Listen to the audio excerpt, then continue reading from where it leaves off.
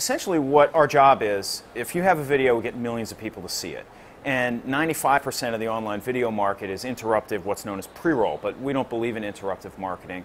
We deliver millions of opt-in video views every month, meaning people actually choose to see the videos. And the way we do that is through what's called incentive.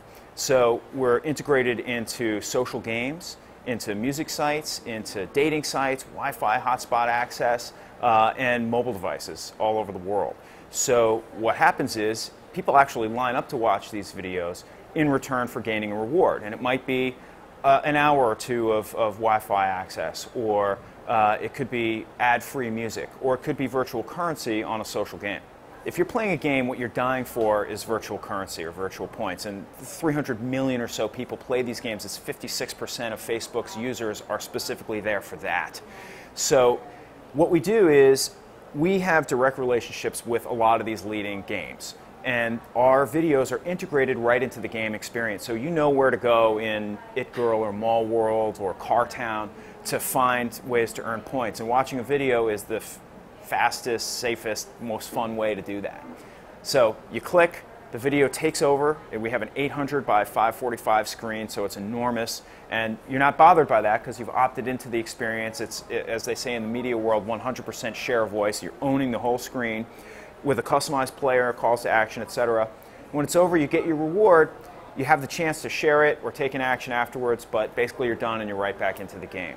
Now on a music site or a dating site or a Wi-Fi, you're getting something else in return for that view. So it's the same sort of mechanism, but that value reward incentivized exchange is the major part of it.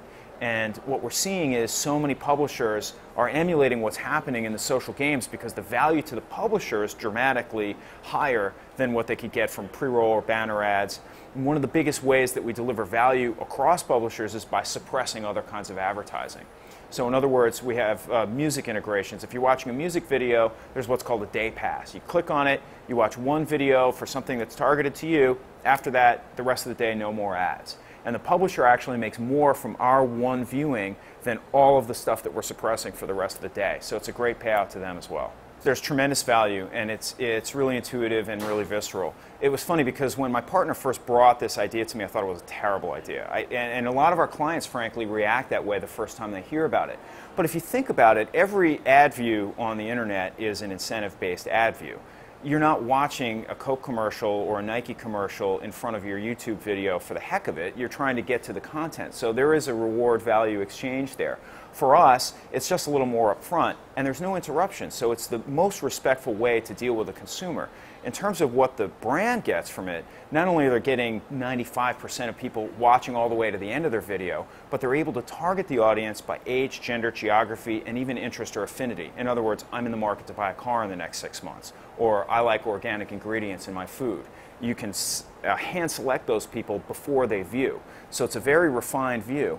Additionally, when you respect someone, you don't interrupt them and let them opt in and choose the experience, what you get beyond the completion rate, which is of course in return for the incentive, after that is a ton of earned media. And that used to mean sharing or viral, and it was sort of this murky thing, but we've really got it down to a science where earned media actions include very, very important ROI actions, such as clicks to my website, store locator usage, Facebook visit, etc. It's all performance-based, and one of the things we're most proud of is there's very, very little waste in what we do. If you're a mom brand and you want to reach moms in a certain part of the country that shop for a certain kind of thing, those are the people you're going to be advertising to, and they're going to be opting in to see your video. So it's really refined. And then you can track everything that happens after this reward to really judge what they felt about your brand. We know everybody's age and gender and geography in a very anonymous way through a social profile. So the first time you come into our system, it's as if you're entering a liquor site. It'll ask you your gender and your birthday. Then you're in the system. We have millions and millions of users in our system. We attach that to your social profile, and then we can track you anonymously, of course, on any device or anybody's browser that you're using. So it's very unlike a cookie. You could go and pick up your friend's laptop and watch one of our videos, and I know that it would be you, not them.